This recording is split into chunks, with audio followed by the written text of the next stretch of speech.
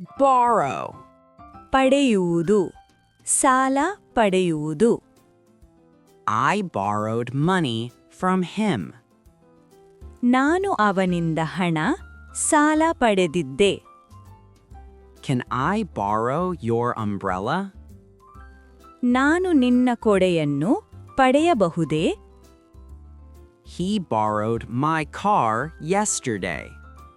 ಅವನು ನಿನ್ನೆ ನನ್ನ ಕಾರನ್ನು ಸಾಲವಾಗಿ ಪಡೆದುಕೊಂಡಿದ್ದ.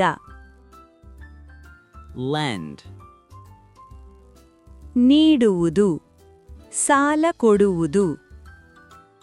I lent my phone to my friend.